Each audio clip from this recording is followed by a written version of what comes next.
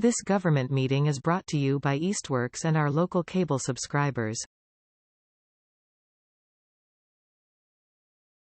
Start the recording. Thanks everybody for coming. And thank you for the change in meeting time.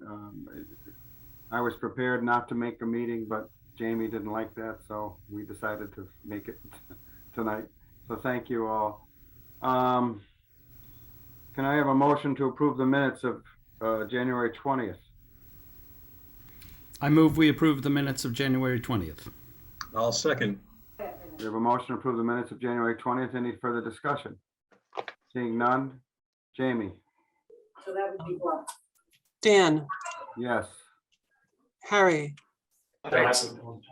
No, you grind Joe. it the meeting. I'll abstain just because I think I missed that one. So, what kind of bread? someone's got Yeah. some background things Somebody going has on. noise going on. Who's talking in the background? We have to mute that. Okay. Sorry. Jay, Aye. Jessica, Aye. Joe, you said it's Spain, John, Yes. and so we're just That's it. Scott's We got five Scott's votes. absent. Yep, that's it. Sorry. Okay. Little, I know most of you are here for the Valley CDC. Is there anyone here who wants to speak other than for our agenda this evening? I see none. Correspondence. I want to go through the account balances first. Jamie, I'm going to pull them up.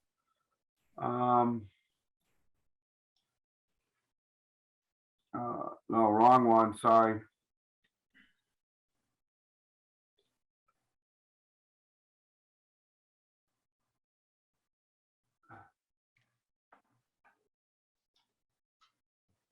Here we are, account balances. Is there anything you want to say to these? This is what we have, $1.4 million in the bank. That's correct? that's the estimated, if you go up one section, the 1231 number is as given to me from the auditor. So those are up to date. The 131 is the things that are pending final acknowledgement that they've gone through. Yeah, this was approved by the finance committee last night, the 15,000, that'll be next week. Yep. The skate park design, didn't we approve that? Why is that? It was approved in January, so that's why it's Oh, not it didn't get into the auditor or got you. right. Okay. But 1.437 million. Okay. You wanted to talk about this is what the state matches, correct, right now? This figure, 70%, that's for this year, am I correct? Correct. So That's we had, incredible. actually that's the wrong one. That was the November Is this distribution. the one you want? Yeah. So that's we received an extra $48,000 from the state's budget surplus in January, which brings the total to a 78% match. And Now this money, is this extra money included in our account balances yet, or do we have to wait on that? no, it's not. So when any money that we received over what we budgeted is not available for the CPA's use until the next fiscal year after the accounts are reconciled and the books Got you. close. Okay. So we did not anticipate receiving this much money. And so we're actually sitting on potentially more money than we would have anticipated. And when we get to the FY23 budget, I'm trying to shrink that number so we have a better budget that's closer to what we actually receive in funds. I see, yes. We'll get to that later on. Is there anything else you wanted to bring up? No, that's it. Okay, I'm gonna stop the share. I want to move to I promised you, Jeff, that we'll get to you, but I promised Jana that we would have her in the Valley CDC first. I So forget. can I just have in the record that I'm conflicting myself out and just make sure that's in the minutes, please? Yes. Thank you. We're not voting on this evening. It's being presented this evening. Because it's an over, what, 200 and how many $1,000 request. So take it away, Gina. Say, take it away, Donna and Alexis, I think first, right? You Oh, don't- whatever. You were the I don't one think who you wrote want the to, I mean, letter. yeah, I think you want to hear from them before you hear All me right, say well, yes. What is the please program do it. all about? Just try to explain it as best you can. So who do you want to go first? Donna? Good evening. Thank you for having us tonight. Donna Cabana with Valley.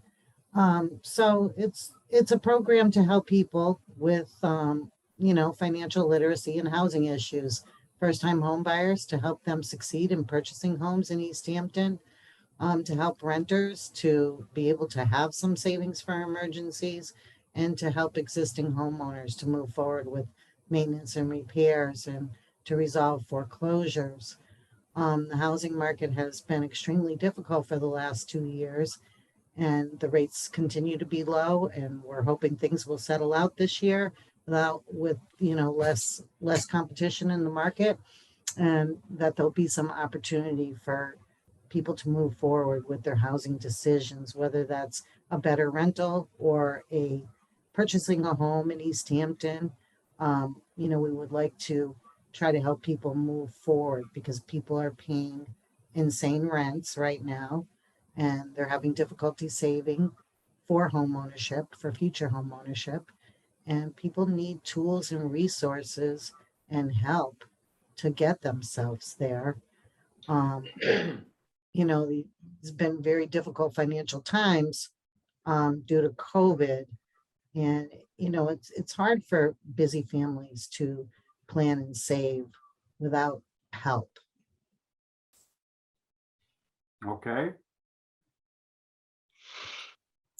That's the really brief version. I'm happy to go into more detail, but I I'm know just you. going to assume our members have read the packet.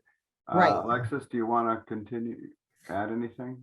The only thing I'll add is a reminder that this is an 18-month request, not a year request. And that Donna has been doing this work for 20, I don't want to age you, Donna, but at least 20 years, and is like an absolute gem in terms of counseling people through financial difficulties and getting people to be able to purchase homes. So, Valley has the utmost faith in Donna's ability to do this, and we feel like it's a really strong proposal. Also, hi, Harry and Jay. I don't know if you remember me, but I used to chair CPA when I lived in Easthampton. I remember that. Definitely. I'm happy to take any questions that anyone on the committee might have about the proposal. So this is really an effort to help people with difficult times for home buying, or does it include rentals? It includes renters, and it Okay. includes information and referral as well. We want to make sure people are getting the HAV funds if they're eligible for it. We want to make sure that renters are applying for mass health, food stamps, childcare assistance, anything that they might be entitled to receive to help them free up those funds to improve their living situation, and to have some emergency funds to deal with that broken down car, or to deal with a job loss where it ends up in an eviction situation, because 1 month can really topple a person over if they lose employment and they're waiting on new employment or benefits, etc. So it is mainly a financial literacy program to try to help people plan and save, and to have some savings built into their budget for emergencies and for home ownership for those folks who would like to pursue home ownership. So my last question before I turn it over to others, this is a $232,630 total project cost. The money beyond the CPA is coming directly from the Valley CDC, or is there a grant that you're pursuing? I'm just curious.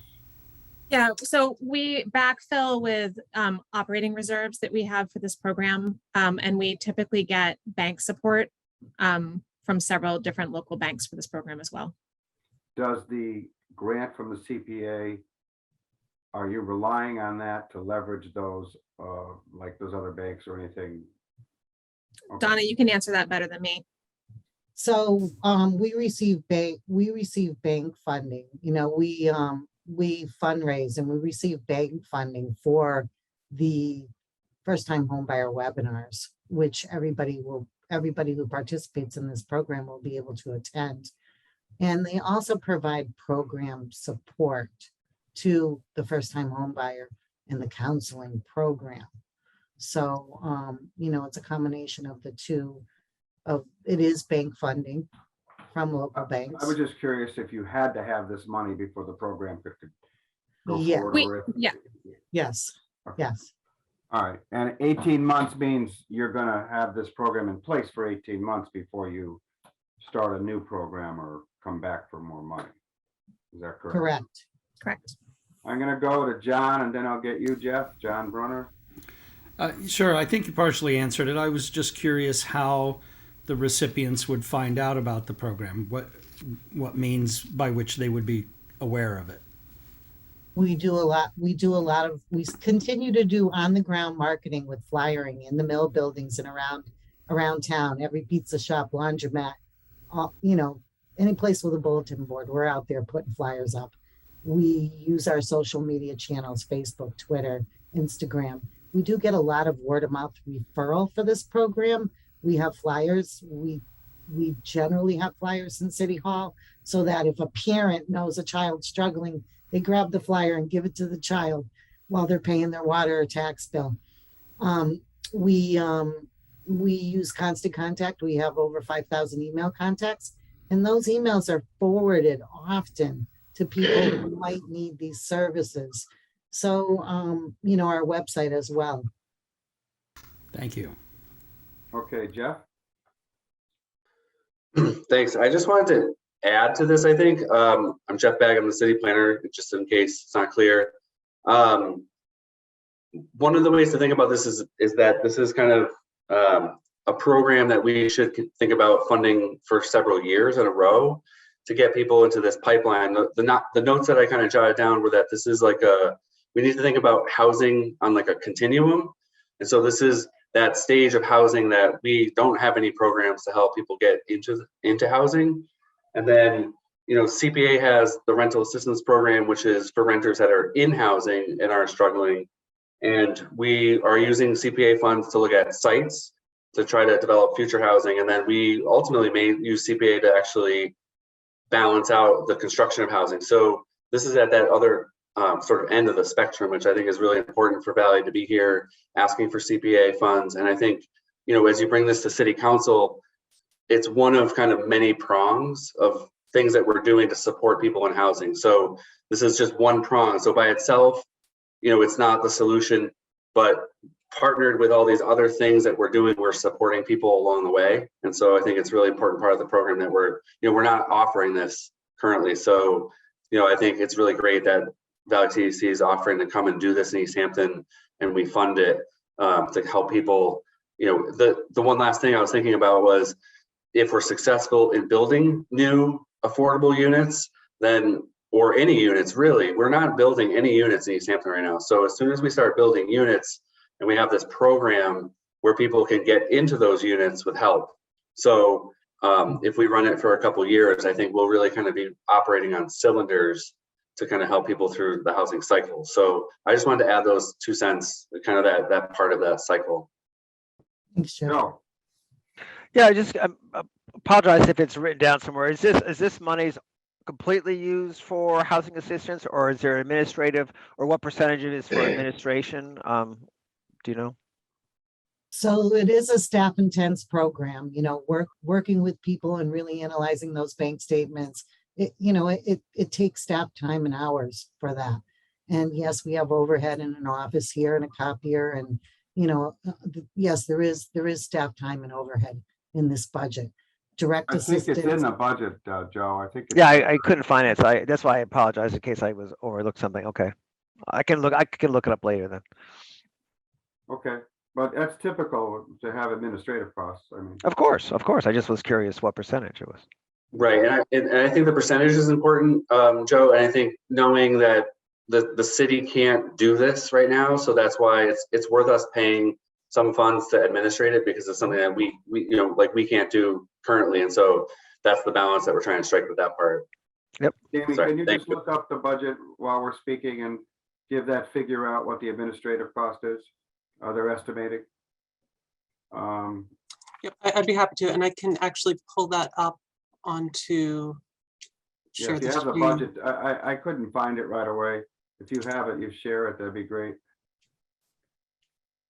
It's in that? I didn't see it. Oh, there it Yeah, is. it's the last page. It's the last Okay. one. So is that legible? Yes. Hey, Dan, I'm sorry. This is Andy Hunter. I'm not at home, so I can't access I'm not able to access it. I've got to come in through my phone. I did have one question if I could. Sure. Andy, I thought that was you. Yeah, sorry. Hey, I'm noticing, I was looking at the budget and I noticed that can you explain how the workshops work? Because I noticed that there's like more money in the workshops than there is that actually given out to people. How does that whole thing work? Who wants to answer that? Donna, I'll go. So there are two different buckets there. So the mortgage subsidy, we're requesting funds to subsidize mortgages for 3 people or 3 households at $25,000 each. The first time home buyer workshops are 18 months worth of workshops that we provide, and that is the cost for those workshops. So it's a totally different thing that ties into the mortgage subsidy request. It gives them information on how to secure funding. It gives them information how to finance whatever they're trying to do, whether it's rent or purchasing, I think. All right, thank you. I'm good, thank you. Are all the figures below that? Are all the figures, the 4125, the 40,000, all of those figures administrative costs? They are all administrative costs, yes, spread out over 18 months. So as Donna said, this is primarily a staff. I mean, the cost of this program primarily is staff outside of the actual mortgage subsidy itself. Okay, so there's about 151,000 actual dollars used in the workshops and in the subsidies, and then the rest is for, okay. All right, any other questions on the budget? I can't see the screen, so can you stop the share? Anybody else have any questions on this? The timeline for this is next month we vote on it by our rules. So we try to develop if anybody else has any other questions for it. That meeting is, Jamie, third week in March, third Thursday in March. Yep, it's going to be 17th. March 17th. All right, and then it'll go to the city council right after that. Jana, go ahead. I don't have a question, but I just wanted to say that this, the Housing Partnership is in full support of this program. Valley CDC actually has met with us multiple times, and we talked about this program a lot to sort of get to where we thought we had a really good, strong proposal to present to CPA and to City Council. And we are, we're really lucky in Easthampton to have Valley CDC as our local CDC. They do excellent work. They have an excellent reputation statewide, as does Donna. I think we all could sing Donna's praises. I've known Donna for a really long time and is really well respected in this field. So the Housing Partnership's really excited about this project and really, hopes that the CPA and ultimately City Council choose to support it. And this is coming out of affordable housing funds, right, Jamie? Correct. I like to see that because we haven't spent enough there. I just thought of something. This is obvious, but this is only for Easthampton residents, correct? Somebody shake Yes. their head. Yes. Yes. Okay. Somebody might ask that, whether somebody from out of town can use it. Jamie? I believe, and I could be wrong, but if anyone who wants to buy a home in Easthampton would qualify for the subsidies, regardless of whether or not they live in Easthampton currently. but it wouldn't be for a potential landlord to buy a home in Easthampton. It would No, have these- to be owner Specifically occupied. first-time buyers. First time First time home. buyers Yeah, who are, maybe they live in Southampton and they're moving to Easthampton. Okay. right. Right. I don't And have a the, problem. and any time spent with those buyers would not be billed to this contract until they're actually applying for these funds. Oh, okay. Only East And Hampton this is- residents will be billed under, you know, for the counseling hours. And you make regular reports to Jamie and the planning department as this goes along, like any other Yes. program? Okay. Any other questions? Again, we're not voting on this tonight. Any other questions right now? Okay, read up on it and we'll deal with it at the next meeting. Thank you. And Jessica. Thank you for Allen, having us. You're Thank you. welcome. Next meeting, March 17th. Be there, be square. We'll be there. Thank you. Jessica can come back now. Jeff, tell us how wonderful our purchase. First of all, I'm so happy to hear that we got the what is it called? Safe Passages Grant? Safe routes to school. That was like over $1 million, right? Yeah, so that's an important announcement that I don't think everyone has heard. So today, the state released their press release. Mass DOT funded a bunch of projects, including our Park Street multi-use path. So in the announcement itself, it doesn't say the dollar amount, but it is saying that the project has been selected to move forward into the process. And the good news is that we have had some consultation with Mass DOT, and we know that they are going to give us between 1.5 million and 1.8 million. And we basically asked for 1.5 million as kind of the bare minimum. So they are acknowledging that there could be some increase in the cost once it gets into design. And so that's actually really fantastic news. We were told we couldn't really announce it until the state announced theirs, and they happened to do it today. So, you know, Dan, that kind of drives all of this conversation a little bit farther. I did get the appraisal. So at the last meeting, we were waiting for the appraisal and we expected the cost of the property to be 110,000. So the appraisal reflects that cost, and it's a restricted appraisal. So basically, right now it's because that the city desires to look at the land for the purpose of a bike path connector. So that, you know, that's our purpose. So we were able to do a restricted appraisal that's in the packet. There are some maps and there's some information available about the property.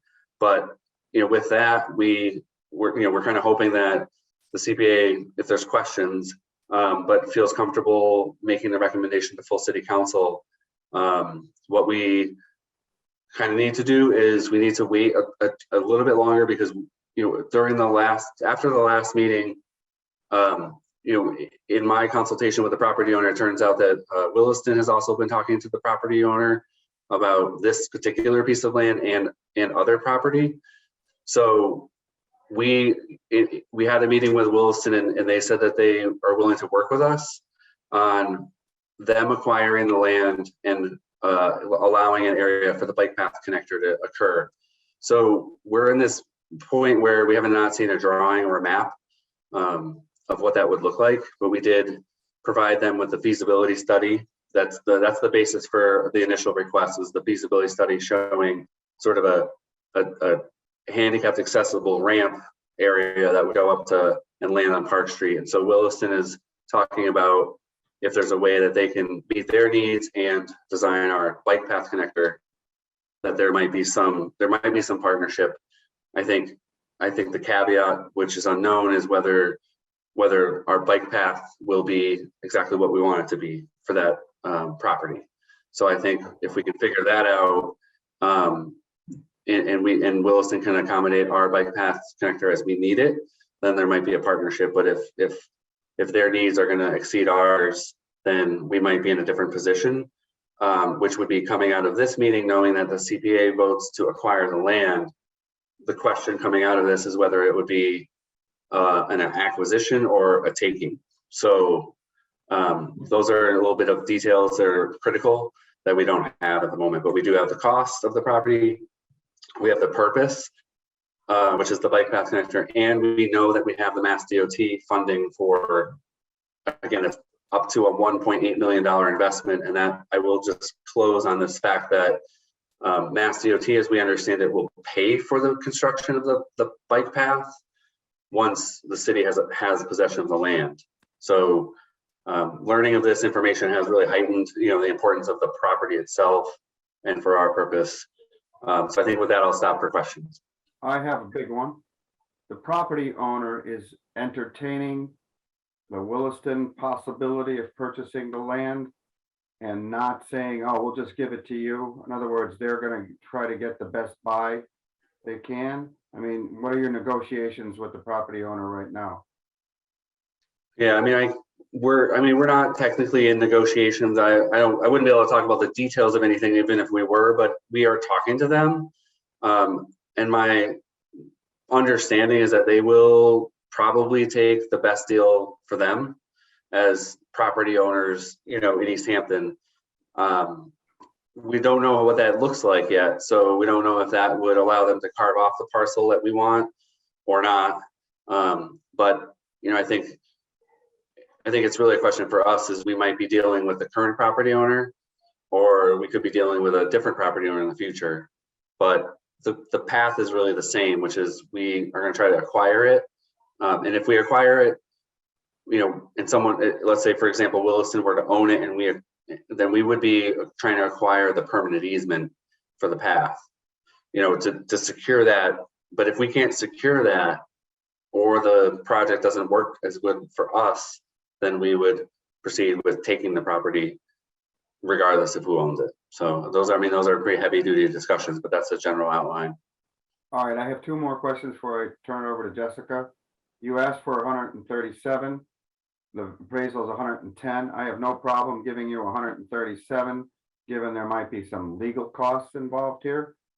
I just wanted to make sure that you still want to stick with the 137, because it sounds like we may need we're going to need it even if we do a deed to just buy it. We're going to need legal costs beyond just the cost of the appraisal, right? Yes, I think at this point we should stay the course with this request. Again, the acquisition cost that we are dealing with is 110, and then we have that extra funds as due diligence. This is a little bit challenging because we don't know exactly what the next steps are, but if there's mild fluctuations in what we're talking about, then we know that we have access to the CPA funds for this purpose, and then that will allow us to move forward. It depends on what happens. We could either be back to you a month from now with more money, or it worked out and there's a path forward. So I'm very open to giving CPA an update, because like informally to come back for the next month or the following 2 months to give an update. But from here, the funds allow us to understand that we have this body's vote. We need to bring it to city council to understand that we have their full vote, and then there's decisions as to how to proceed. The last question I have, I'm sorry, Jess, is the timeline on this involved. Is this something that we could get done like this summer? I mean, because the school's going to open in the fall. I'm just curious what your thoughts are on the timeline of. It's definitely long. It's long. It's not going to be next summer. It's like one of these things where I'm going to have to say this, and everyone's going to have to understand that we're talking about 2025, possibly 2026 for completion. And so this is quick Mass DOT. This is what we wanted to get out in the press release. We're hoping to put one out tomorrow or over the weekend, but this process involves this first phase is really 9 months, and then there's a phase of about 12 months to a year and a half of design, and if that goes fast, then we'll go faster. But if it takes a year and a half to design this, then we're talking about construction. So that's a really important message for us to just all know, is that this is not a new sidewalk happening next year. It's going to be at least 3 years out, if not 4. The sidewalk. I was talking about if we can get this land and get that connector done, that's a great thing, even if we don't have the beautiful wide sidewalk. How Right. Yeah, fast sorry. can that happen? Is this land taking or purchase going to take a long time? I mean, I am learning. So we acquired the property of Mount Tom and the reservation road. It's going to take 6 months to 8 months, realistically, to get to that day that we're closing on the property. But next steps are pretty important. I did talk to Jamie that after a vote, maybe tonight, it will go, there's no need to rush, but it'll go on the next city council meeting agenda. And by then we should have some clarity as to whether if we're talking about an acquisition or if we're talking about taking it, we don't know that yet. So that's the important part. Well, at least there's a possibility that this little connector can get done by school or soon thereafter. Jessica, I apologize for my long-windedness. No, you're fine. I was slightly interrupted by one of my kids, so I might have missed some stuff here. But so just to back up, because I just want to make sure I'm understanding the full picture here. So the current property owner is in negotiations with Williston. I'm kind of curious on what Williston's, what they see the value for them. I'm just going to keep going here for a second, but that's one question that I have is I'm just interested in what their interest is. So if Williston ends up purchasing it, say the landowner goes with them, the role of the city then is either to try to get an easement or to do a taking. Is that right? Am I understanding that correctly? And if there's an easement, my guess is that the easement is not going to be the same value as what an acquisition value would be, so that it might end up being a lot less, so that what you actually need is not going to be what you're requesting right now. And there could be funds that come back to the CPA if you end up going the easement route. Yes, I think that's totally fair, Jess. It's a good question. A lot would come back. If we're just paying for an easement, we would be returning money to CPA. But yes, you're totally correct. But we haven't seen a plan, so we don't know what anything looks like yet. That's where we're in this awkward stage where we don't know if the permanent easement will get us what we need or want for that spot. Do you know what Williston's interest is? Have they expressed why they want that piece? Is it for the same reason? It's a connector. Their students are cutting through. I've seen them do it. So I'm just wondering if they're looking at it for the same reasoning. It does not appear to be that way. What we've been told is that they want to park maintenance. They want to build a parking lot for their maintenance equipment in this same location, this pocket area that we have scoped out. So that's what they've said. And they have said that they want to see if they can merge the two projects together. What they said was they would come potentially off Ward Avenue down onto because we kind of go down into the wooded area. But it's unclear whether we can really fit both and get 50-50 performance out of that site. So that's the fact that's the thing we haven't seen, but I did want to come tonight because I think voting to understand that you would vote up to that full amount and understand that, just if you're right, if the city works out, if there's a partnership and there's an opportunity for Williston to buy it and we get exactly what we want, then yes, we would be returning money to CPA. Any other questions? Because we are voting on this evening. Andy, I can't see your hand raised, so if you want to ask a question, don't be afraid to chime in. Yeah, thanks. I guess my question is, if Williston did buy it, they would have, you're saying they're going to put an access road in there anyway? Into that same area? Well, that would be for vehicles. I believe what we're looking at is the bike path connector wouldn't be for vehicles. It would be for just the bikes. I mean, yeah, I get that. And I kind of read through the surveys, and the survey it basically says that land is really not really developable to all intents and purposes. But I guess I just don't completely. Okay, I get it, but they're planning on coming. I just want to be clear. If the plan for Williston possibly is that they want to put a parking area there, and then in that parking area would be accessed by Ward Avenue, right? Yes, Andy, yeah, you're correct. That's what we've been told is the plan. Which is exactly what we're trying to do if we buy the property, basically, except it's going to be a bike path instead of a road.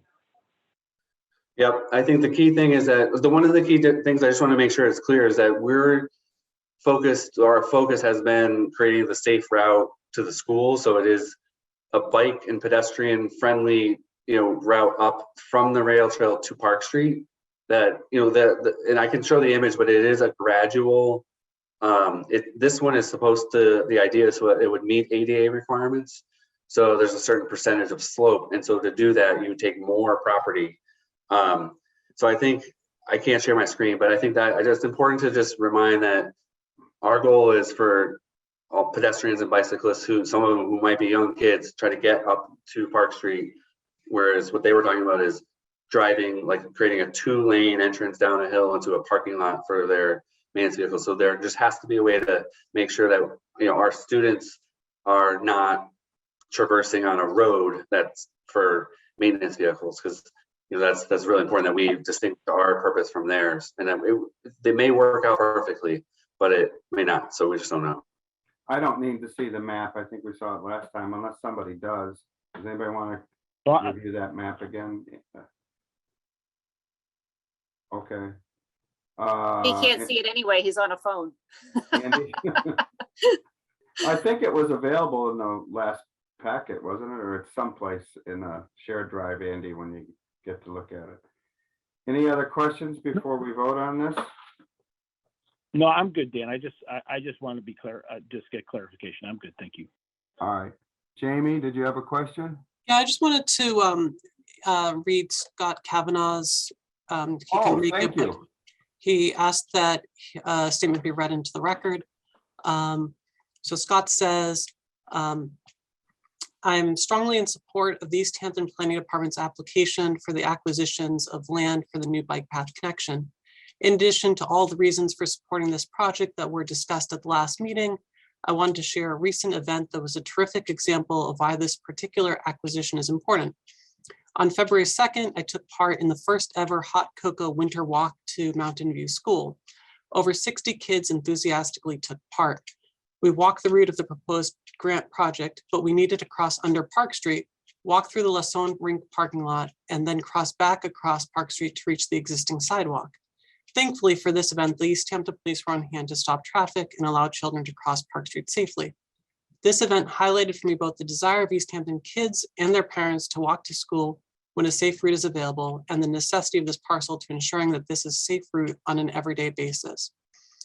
He also provided a link to a WWLP news article, which will be in the minutes for anyone who wants to watch that. I don't think there's anybody on the committee that has more of a desire for our safe routes to schools than Scott, and I appreciate it. Any other discussion, guys? Okay, I need a motion to approve $137,500 for the purpose of acquiring land for a new bike path connection. I'll make that motion. I need a second. And John raised his hand. He's seconding. I'll second it. Yeah. All right, we have a motion, a second for the 137,000. Any other questions or discussion? Hearing none. Jamie? Dan? Yes. Harry? Aye. John? Aye. Jessica? Aye. Jay? Aye. Joe? Aye. And Andy? Aye. All right, so Greg and Scott are absent. The motion passes 7 in favor. And this will go to the next, the second meeting in March, when we'll move on this, Jeff, as fast as we can. You'll And have I'm sorry, Dan, the city council agenda has already been set by Barbara. Second meeting in March. I thought you said March 2nd. No, second meeting in March. Second meeting in March, yes. Is it really March 2nd? Is that the meeting? That's weird. Anyway, and Jeff, I assume you'll have the money by April's first meeting? That's the public hearing? Yeah, the So public I hope hearing, that yep. works for you. In the meantime, the faster we can get this land, the better it is for our kids. Because we're not always going to have a police officer having people cross the street. Anyway. Yeah, no, I appreciate it. Thank you, everyone. This is a really important project, so I'm really happy that you all voted yes for it. So thank you. Appreciate it. Good luck with the negotiation, Jeff. Thanks. So the last thing is we need to approve a budget. I'm going to share the screen. First, I've got to get the right one up. I'm sorry, give me a second.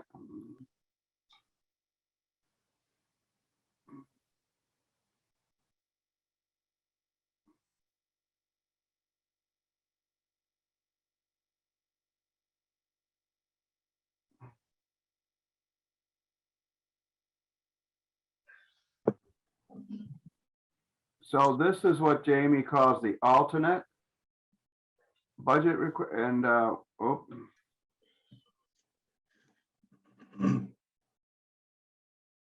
and this is a different one, which is the one we normally do in this budget. Well, Jamie, why don't you explain them, and I'll move to the next one. This is the first one. Okay, so both budgets are based off the idea that we're estimating $785,000 in CPA revenue. That number has been verified with the auditor, and it's reasonable. It's based off of an estimate of $600,000 in local CPA taxes and a 30% around a 30% match from the state for the total of 785. You want to go higher with the match, given that we've had some success with the state, or you Well, want to be conservative? Yeah, we want to be conservative. They don't typically issue their guidance until April as to what they expect the state match to be. So because of that, if we go conservative, if we estimate conservatively, there will be some funds that we receive that we did not budget for, and we won't be able to spend until the following fiscal year. But what I'm trying to do with this budget is to lessen that amount. You can see if you look back,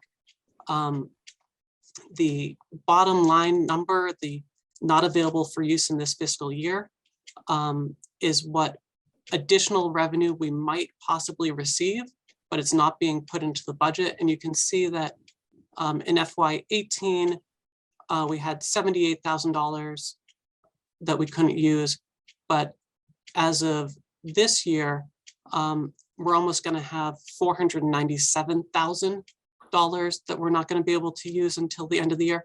And that's partly because the state match went up so much, but also because the what was proposed in revenue for last year was 450,000 from city taxes, but we're actually taking in closer to 600,000. So this adjustment for the FY23 brings that what we're expecting to take in taxes closer to what we're expecting to take in this year. And we have to increase these amounts because of the budget. Correct. It has to be at least, what is it, 10% of the Yes. budget? And we're going higher than that. Right. And so those numbers are based off of the slightly larger amount, the $970,000, if we get a total of a roughly 60% match. But again, this year we received a 76% match. So that could even go up to over $1 million in total revenue, which is why those set asides are higher than the just 10% of the. You want them higher in case we get more revenue, so we follow the law. Right, so we don't have to then come back to readjust the budget. In previous years where we ended up actually taking in more money in revenue than we set aside, the 10% set aside, we did have additional expenditures from the undesignated fund, which brought those accounts into compliance. And this puts another 250 into the Old Town Hall budget, bringing it back up to $1 million, which again reduces the amount of bonding whenever that bonding comes our way. So now I'm going to go to Jamie's alternate budget. Oh, wrong direction. And in this alternate budget, Jamie increases the amount of money in the Old Town Hall match because Jamie feels it'd be less for us to bond, which in the long run saves CPA funds with interest. My only concern for that, Jamie, is why is this less here? Right. So because, so I just chose the alternative budget. I chose arbitrarily to double what we had been putting aside every year. So from 250,000 to 500,000. But given the other set asides and admin expenses, if we carried $110,000 for historic preservation set aside, we would not be able to, we'd have it would be like $430,000 for Old Town Hall. But the Old Town Hall, because that money for Old Town Hall is a historic preservation project, it's as if we're setting aside $542,000 in the historic set aside. So we're not going below what's required. We're actually going well above it. We're just appropriating it to a specific count in historic preservation as opposed to unknown projects in historic preservation. My only concern is the perception that we're giving Old Town Hall more money when we're really trying to reduce the bond because we promised them 3 million originally. I might want to give them more money, but I have no problem with this budget. I think the first budget, though, may be more realistic in that we can always, let's say the bonding is brought before us. Can't we at that time say, let's give them more cash and reduce the budget at that time instead of pre-budgeting it, which fixes it? I like that route better, Jamie, personally, and I'd be in favor of that, especially if we keep getting these kinds of monies as extra money, which comes into play next year, which is when City Space is thinking they're going to bond. So we'll have a lot more money in the kitty, and we can put more money aside. I saw Jessica's head saying yes. You agree with me on that, Jess? I do agree with you on that. I think that's a good strategy. I guess my question, and maybe I even turn to John on this as our historic representative on the committee, is I'm just curious if we know what other historic projects are coming down the pipeline outside the Old Town Hall project. Well, go ahead, John. Yeah, I mean, fortunately, we just completed one of our substantial projects, the inventory project.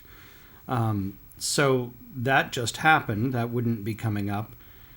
We have a big one that might come up. We just talked about it last night. The historic preservation of the library. If we have to match an appraisal with a certain amount of money because the value is reduced once you have a deed restriction, we're going to have to put some money at that. And that's because we're going to buy the deed restriction. And that may be something we can't put off.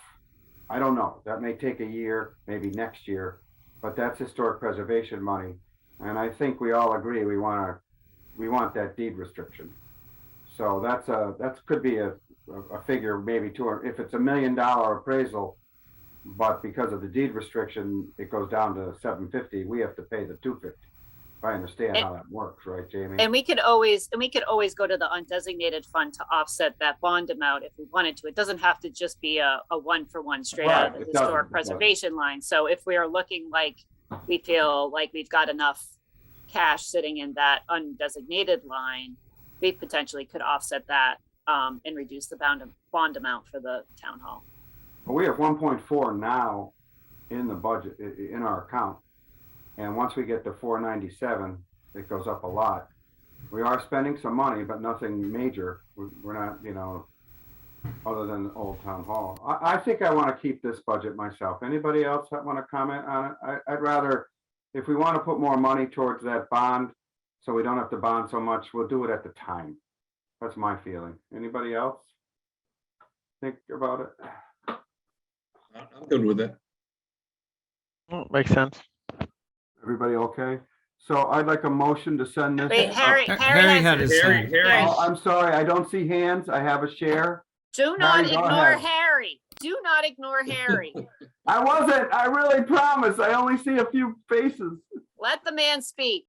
Harry, go for it.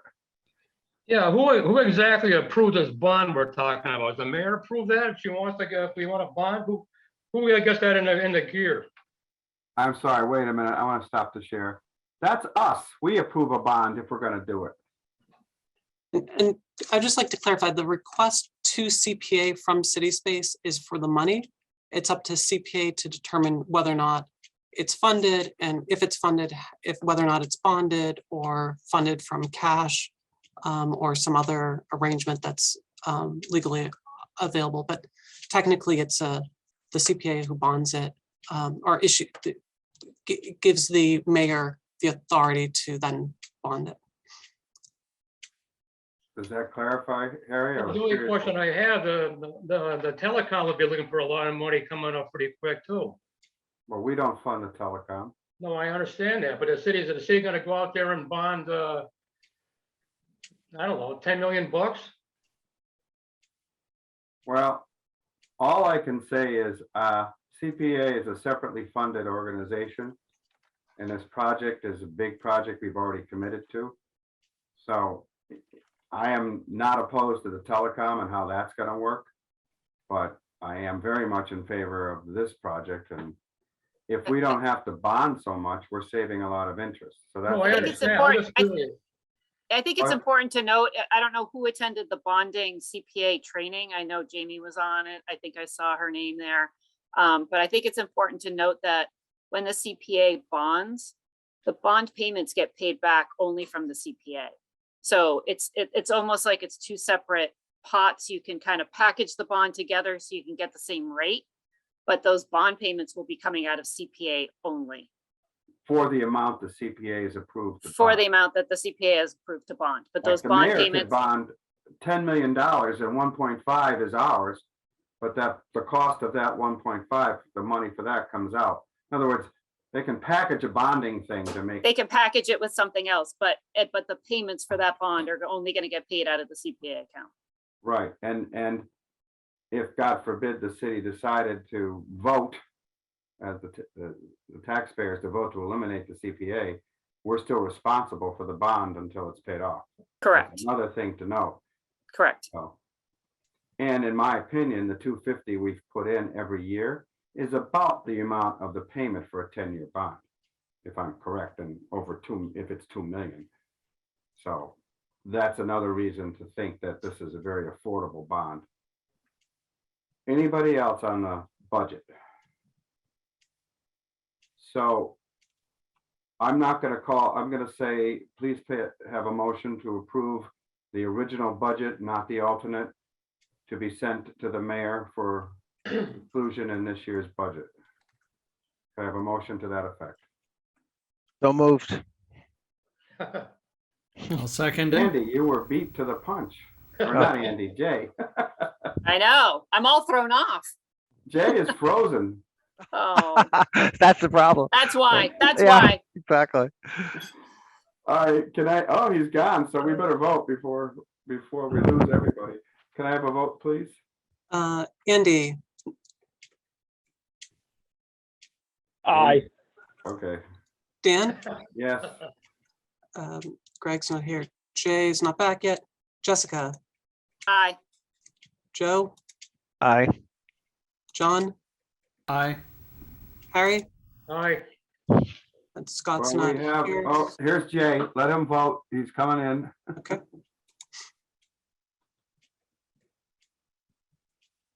Are you back, Jay?